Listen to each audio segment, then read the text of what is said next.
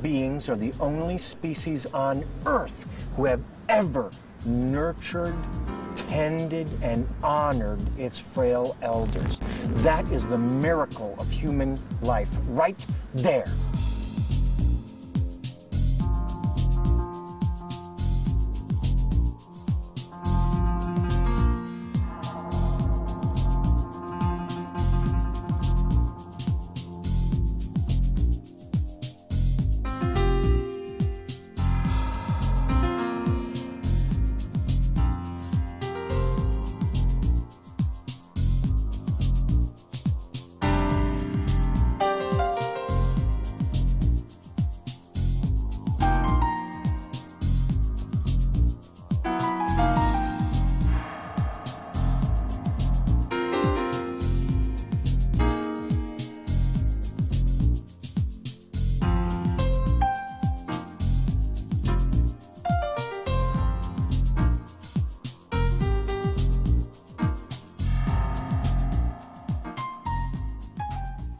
I love all my family, and they're very nice to me, and I'm very nice to them. And that's the way it is.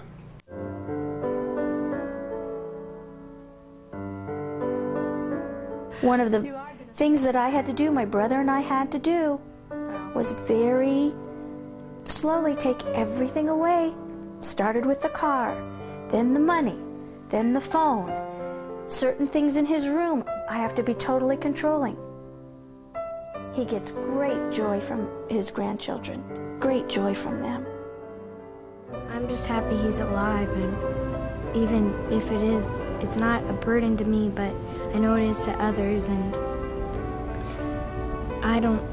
it's not on me as much as it is on my family, because I'm like the youngest, and I don't do as much as all them.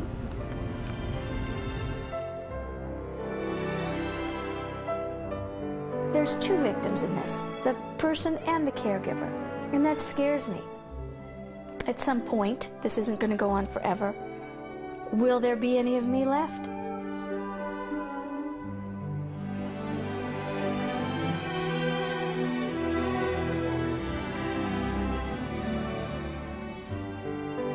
I have a mother who's just had a stroke. She's 85. And my father is 90 and he has cancer. I also have a sister who's 61 and she is blind and retarded since birth. It takes forever when I go to the supermarket because my parents are so fragile now, just getting them in and out of the car. You would be surprised how long that takes. It's like herding cats. The three of them are in three different directions. My mom and dad were so good to me as a child. Not only were they good to me, they were good to my blind sister. And now it's time for me to be quiet and to give back to them. Come on. Yeah, come on. I don't think nobody can look after our mama better than we can. We started out with 5 or 6 of us at one time, and eventually everybody just sort of went their own way till it just boiled down to us 3. Different one keep me at different times. And they move me around instead of putting me in one place and let me stay in one place. Okay, Mom, I'm gonna go back to work and I'll come back and check on you. Okay. All right, see you later. You just adjust, that's all. It ain't always peaches and cream, you know, even between us 3. But we know the one single thing we have in common is looking out for our mother. And that outweighs anything.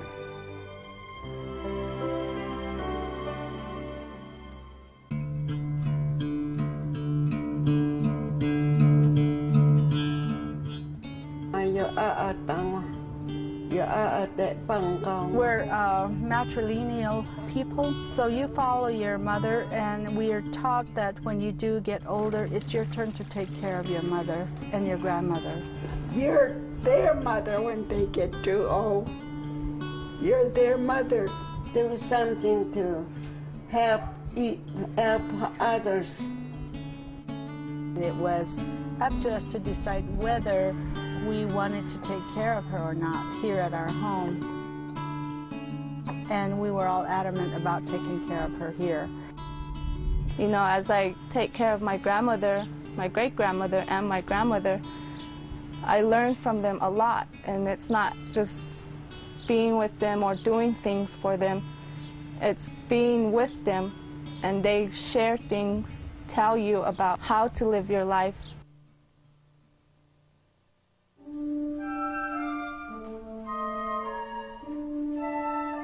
I think about my mom quite a bit because she's in New York and she's living all by herself, and she's healthy, but she's not very steady on her feet. She falls a lot.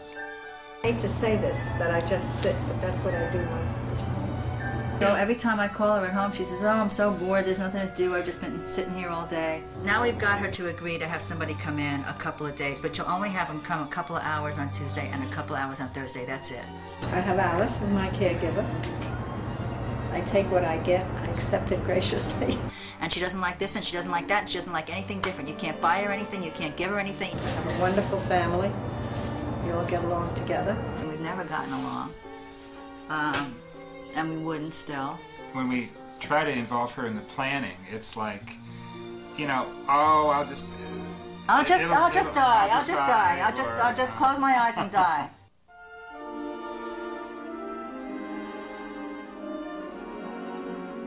Said a lot of times I wish there was a rule book, a do's and don'ts for caregivers, and I don't even think that you could come up with one because every situation is so unique and so different. I was married to him for 32 years before he got sick, but I have learned more about him in the past 2 years than I did in those 32. It's lonely, it's hard, always in the back of your mind, and I think that's what wears you down. Is there's really only one way out of it, and that's for Harlan to die. And you know, that's not my goal. For things to get easier for me, then it has to be over for Harlan, and that's not what I want.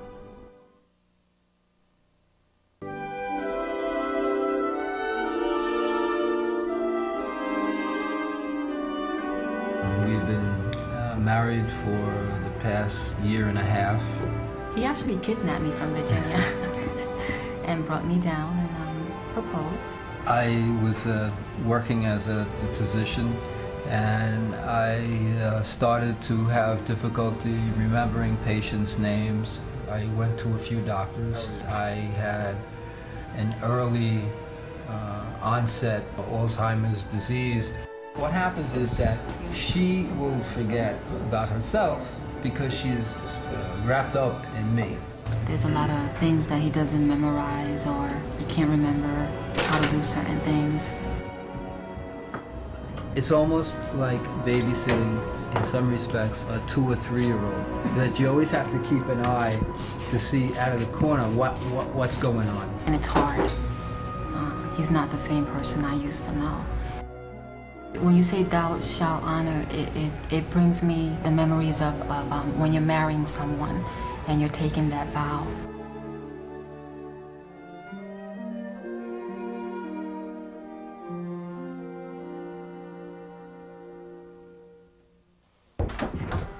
Morning, sweetheart. What did I expect when I married Nancy Smith? I was crazy in love with George. I had that dim sense, but if somebody had said, well, what do you mean by honor? I guess honor to me had a sort of patriotic flavor to it somehow, you know. And as far as thinking about the hard times, I didn't know much about hard times. We sure have learned. I don't know what I would be without all of the time that I put into getting Nancy ready to go during the day, and then maintaining her during the day, and then in the evening, reversing the whole process. In order to be open to and accommodating of disability, you have to accept the potential in your own life. Basically, I'm retired, but I enjoy people, and it's my time to help us all. People smile, a lot of people laugh. When I dance with little old ladies in wheelchairs and hold their hands and just go like this and they smile. It makes you feel so good. Thou shalt honor is a universal plea. Since I've become focused on senior adult ministry, I have such a passion for what I'm doing that I just feel driven and led by the Spirit 24/7. Another long night.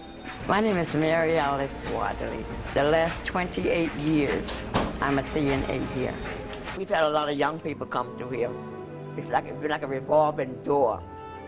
And you tell them you can't do this kind of work if you don't get involved. You can't just let it be a paycheck. You've got to love this work because nobody else is going to do it. Come in. And the idea of the aging game is to give you some insight into what it is like to grow old with disability. This is just awful. Come on, open. The baby boomer generation is coming. And the irresistible force of the baby boomers is about to collide with the immovable object of the nursing home. And there's going to be explosive change that comes from that collision.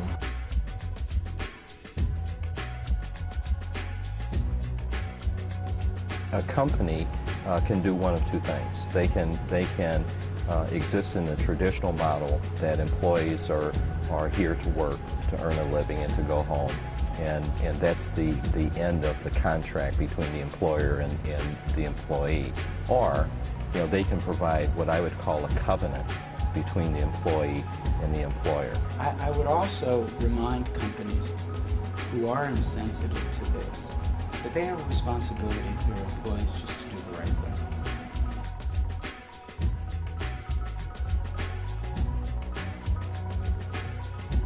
thing. My industry sort of created this little place to kind of take care of its own. And as my father has preached to me in the last few years, love is the highest, ultimate form of taking care of someone.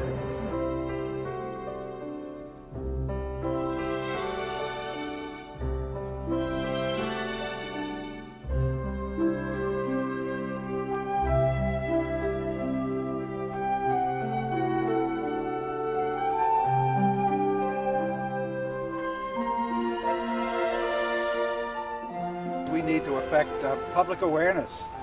The problems of the caregiver and the disabled are often hidden, and here we are in the sunlight. Even in my fortunate situation, I just can't hire someone to take care of them full time. I can't afford it. No, I can't afford it. And 90% of Americans. Yeah, it shouldn't. I'm interested in getting a $3,000 tax credit passed to help family caregiving as well. Caregiving is a labor of love, and it is a labor. We shouldn't be penalized for loving someone.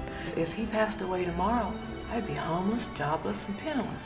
We only talk about freedom of speech, freedom of religion, and freedom of press. There's a fourth one, the right to petition your government for redress of grievances.